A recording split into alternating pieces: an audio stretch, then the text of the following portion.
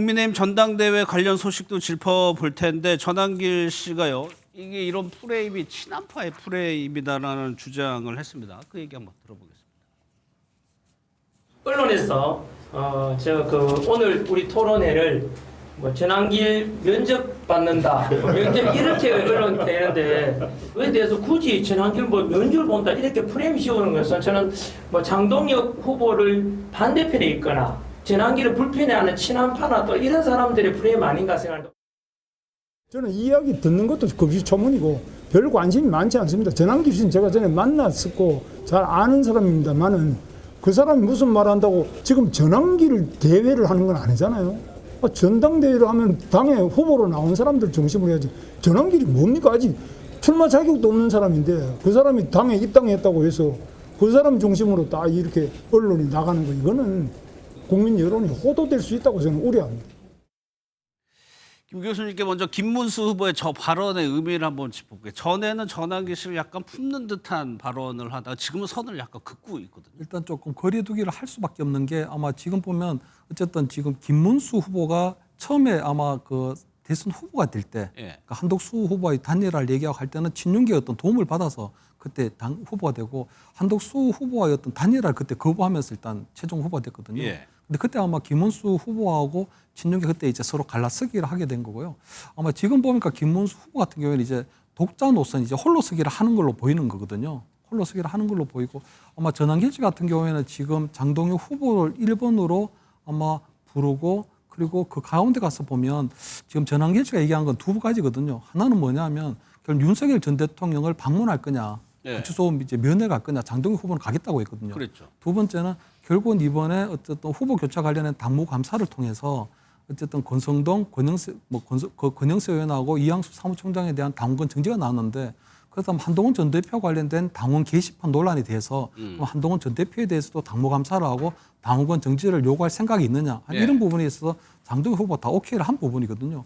근데 김문수 후보 같은 경우는 본인이 아무래도 이제 대선 후보까지 지냈고 그리고 여러 가지 지금 당내 상황에서 볼 때는 지금은 전한길 씨하고 어느 정도 좀 둘이 거리를 둬도 무방하다. 그리고 어차피 그 무방하다는 게 거리를 둬도 당선 가능성이 높다 이런. 그렇죠. 지금 제가 볼 때는 아무래도 김문수 후보 같은 경우에는 대선 후보를 지냈기 때문에 그 어느 정도의 어떤 어드밴티지를 활용하면 충분히 본인이 좀 승산이 있다고 생각을 하는 것 같거든요. 왜냐하면 지금 장동혁 후보 같은 경우는 너무 지금 극단적으로 극우 쪽으로 가 있기 때문에 본인이 오히려 극우라는 목소리에서 이제 벗어나도 될 정도로 오히려 중도 보수로 보이는 게 김문수 후보가 돼버렸거든요, 지금. 그렇기 때문에 아마 어느 정도는 이제 전한길 씨가 밀고 있는 그 정동혁 후보하고 좀 거리를 두고 전한길 쪽하고도 좀 거리를 둬도 본인이 충분히 조금 승산이 있다고 판단한 게 아닌가 생각하고요.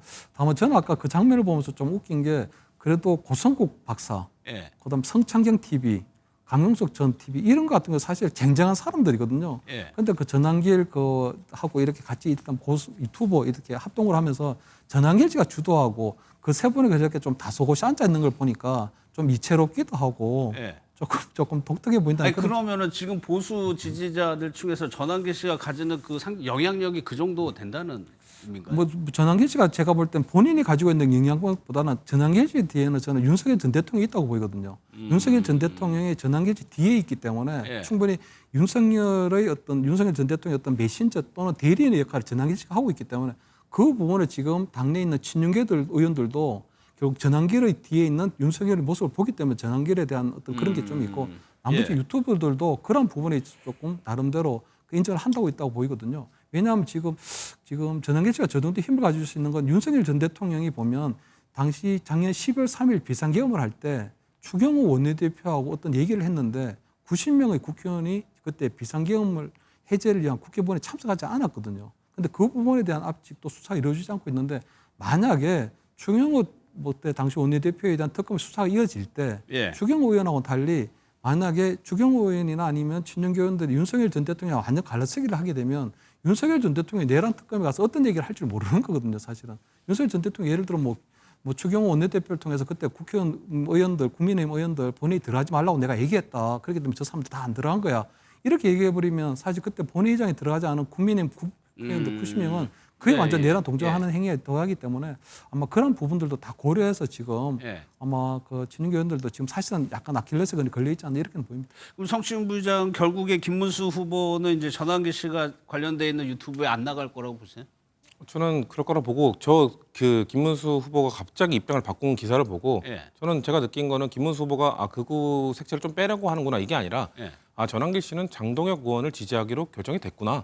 그렇기 때문에 저는 선 긋는 거라고 보거든요. 그러니까 원래 김문수 후보는 처음에는 장동혁 전환길 씨에 대해서 환영한다, 뭐 만날 다양성이 존중해야 된다 이런 식으로 발언했다가 왜냐면 그 당시에 전환길 씨가 들어올 때는 누구를 지지할지 알 수 없었거든요. 근데 아까 패널께서 말씀하신 것처럼 지금 친윤계들은 장동혁 의원을 지지하고 있는 것으로 알려져 있기 때문에 네. 아무래도 지금 전환길 씨는 장동혁 의원을 지지하기로 저는 결정이 되지 않았을까. 그렇기 때문에 김문수 의원은 그 당시에 김문수 후보는 대선 전국에서도 아까 나왔던 그 한덕수 국무총리와의 그런 단일화와 관련돼서 대선 후보 경선 과정에서는 하겠다고 하다가 또 본인이 후보된 이후에는 갑자기 안 하겠다고 입장을 쉽게 바꾸지 않았습니까? 예. 김문수 후보는 사실 그런 사람입니다. 사실 대선 직후에는 당대표 선거 나가라는 거는 나를 쓰레기장으로 들어가라는 것이다라고 했다가 갑자기 출마한다고 하고 또 전환기 씨는 다양한 목소리를 존중해야 된다고 했다가 갑자기 그 사람의 목소리에 끌려갈 필요 없다고 하고 저렇게 입장을 확확 바꾸는 사람이 그 김문수라는 정치인이 해왔던 행보기 때문에 별로 놀랍지는 않고 그렇기 때문에 저는 전환기 씨가 어느 정도 노선을 정했구나. 그렇기 때문에 김문수 후보 입장에서는 선을 긋는 거구나. 이제 김문수 후보는 그래도 직전 대선의 후보였기 때문에 호강 효과가 있어요. 그렇기 때문에 그래서 지금 초기에는 지지율이 잘 나오는 건데 저는 글쎄요. 지금 전환기 씨와 친윤 세력의 등에 업은 장동혁 후보가 만약에 치고 나갈 경우 김문수 후보가 그렇게 지금의 굳건한 지위를 지킬 수 있을까? 좀 그렇게 보지 않기 때문에 그래서 저는 김문수 후보가 굳이 전환기 씨의 영향력을 좀 감소시키기 위해 선을 긋고 저렇게 발언을 하고 있는 걸로 보고 있습니다. 그리고 또 하나요. 지금 이제 이른바 혁신파 의원들이 뭐 조경태 의원, 안철수 의원, 뭐 주진우 의원까지도 모르겠습니다. 거기 뿔뿔이 흩어져 있어요. 지금 친윤 구주류와 맞서려면 단일화 필요하다는 얘기하는데 여기에 한동훈 전 대표가 역할을 할 것이냐 이 부분도 관심이거든요. 네, 저는 뭐 한동훈 전 대표가 당연히 역할을 좀 할 거라고 보이고요. 지금 교통 정리를 좀 필요한 부분이 있거든요.